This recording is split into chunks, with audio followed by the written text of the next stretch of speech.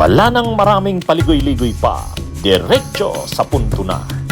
Maiksi lang ang komentaryo, pero diretso sa punto. Maraming kuro-kuro, may tiwali, may totoo. Dito, sa Puntong Diretso tayo. Punto Diretso.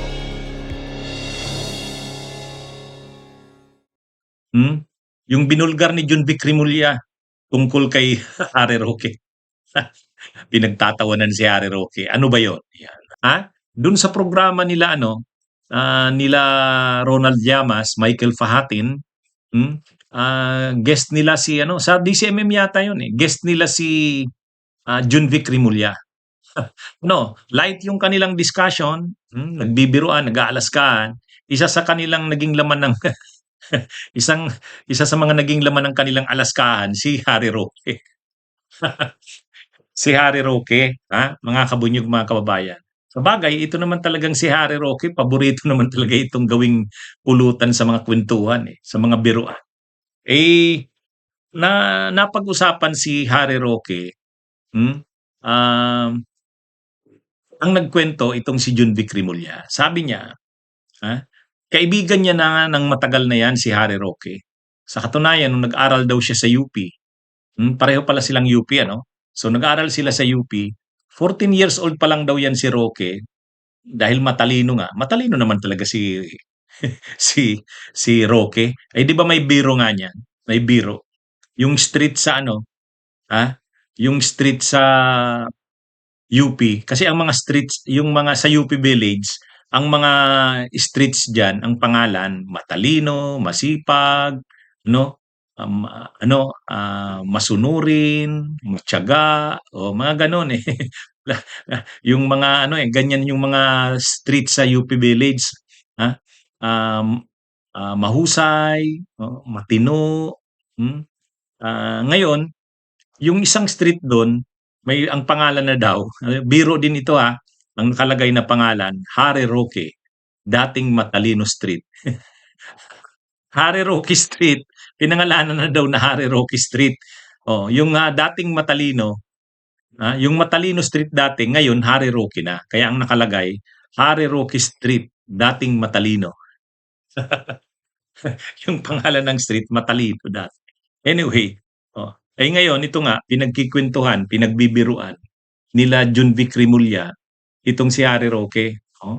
Ang biro ni John Vic, sabi niya, yan daw kasi si Harry Roque, aktivista nga daw yan ng college sa UP. Aktivista. Di syempre, anti-Marcos siya noon. Anti-Marcos. Dahil nga anti-Marcos, medyo mainit. Kaya naisipan daw nung tiya yata, yung tita, pag-aralin sa US, doon pinag-aral. Ang biro ni ni John Vic Rimulya, kaaral daw sa Illinois, sa Illinois. Hindi natin alam kung saang university sa Illinois. Kaya lang hindi daw nagustuhan ni Roque yung Illinois, lumipat ng Michigan, sa Michigan University. Paglipat daw doon, pagdating daw ni Roque doon sa dorm, yung hinatid ng taxi hinatid ng sa taxi doon sa dorm. Pagpasok niya doon sa dorm, nakita daw ni Roque yung mga boys doon sa dorm. Nakahubad. Galing doon sa siyempre ganun yata yung nila.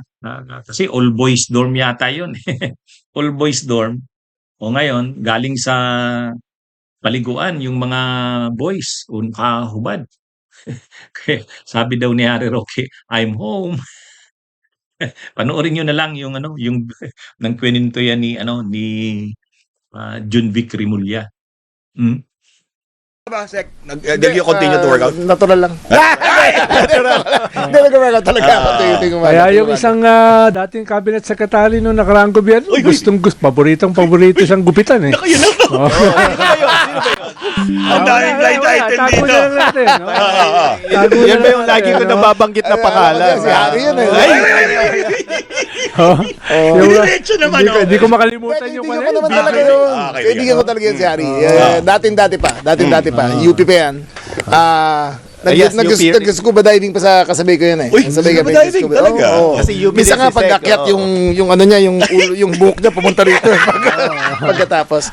Pero ang ganda na kwento niya sa akin. Okay, oo. Nung college yan, aktivista yan si Harry. Oo. Nung college, bata pa yan, 14 pa lang, first year college niya yan sa sobrang talino. Nag-activista yan. Pinagmumuro niya si Amy Marcos. Uy. So pinaalis siya ng tita niya, pinadala sa Amerika para mag-aral kasi kala papatayin eh. Alam mo, syempre, that time, nag-aral meron siya mga ganyan balita. nag-aral siya sa Illinois. Mm. Hindi niya nagustuhan dahil di ko alam kung bakit. Lumipat siya ng eskwelahan sa Michigan. Ako. Sa University of Michigan. Dinala daw siya ng taxi diretso doon sa male dormitory. Pagpasok na raw, nagulat siya. Kasi lahat ng lalaki doon naglalakad, hubad-hubad. Galing sa galing sa paliguan. Hindi kaya siya Wala pa natuwa. pagpasok, hubad-hubad. Karga-karga niya yung maleta niya. Bigla bumagsak, sabi niya, I'm home. Ang tanong ko lang, Secretary, Ito kasing si Roque, ano talaga to eh. Nung mga panahon naman talaga, itong si Roque, matino naman to eh. Una, aktivista naman talaga ito. Tapos nung naging college, human rights lawyer. Ang grupo nga nito, ang sirkulo nito, mga dilawan saka mga progresibo eh. At maraming mga kaso na tungkol sa human rights, siyang humahawak. Kasama ito ng mga human rights groups, ng mga progressive groups.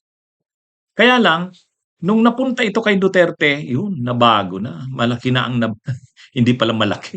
Talagang matindi ang nabago. Yung mga pananaw niya sa mundo na iba na. At hindi lang yun na iba yung pananaw sa mundo. Pati yung pananaw sa tao. Kahit nga yung human rights, wala na. Yung ICC sa kanya, dati pinaglaban niya yan. Ngayon, nung nandun na siya kay Duterte, hindi na. Yung mga dati pinaglalaban niya yung right to life. Nung nandyan kay Duterte, sa tingin niya tama yung pinagagawa ni Duterte yung pagpatay. Wala, malaki talaga ang nadistrong ka sa ano ni Roque. At matindi pa dyan, ayan, naging corrupt. Kaya kahit nung hindi na presidente si Duterte, wala na sila sa administrasyon, ayun, di ba, na-involve na naman sa mga illegal na pogo, yun, yumaman din ng todo. Hanggang sa makasuhan ng land grabbing, hanggang sa ngayon nga, na-involve sa qualified human trafficking. Kaya, ano rin kumbaga, yan ang naging ano kay Roque. Kaya lang, ang paborito talaga dyan na biro kay Roque, ewan ko kung gay talaga ito. Kung gay. Mukhang yun ang sabi ng marami. Kahit yung biro ni John Vic, ganun yung pinapalabas niya. Na, ganun si Roque. Tapos yung controversial niya pang AA. Yung controversial niyang AA na pinatira niya doon sa compound ng Pugo sa Purak. Tapos nung ni-raid yung Purak, yung Pugo sa Purak, isang kwarto doon, nandun, nakatira yung kanyang AA. Yung kanyang AA, paboritong AA, kasama niya yon kapag nagbabiyahe sa Europe. At sinabi naman ng AA niya na kaya siya napunta doon, linakad ni Harry Roque. At nandun yung mga dokumento ni Harry Roque. Pati yung bank accounts ni Roque at nung asawa. May bank account din si Roque at saka yung AA niya. Kaya grabe din tong si Roque talaga mga kwento. Ang nakakaano lang yung kwento ni John Vic Rimulya. Kakatawa. Yung nag-aral si Roque sa US. Magandang araw po sa inyong lahat. Mabuhay po tayo. Bunyog, halikan na kasama ka. Bunyog, kapag buklod ay may pag-asa. Luzon, Visayas, Mindanao, isa ang pananaw. Sa bagong Pilipinas ang bunyog isisigaw. Bunyog.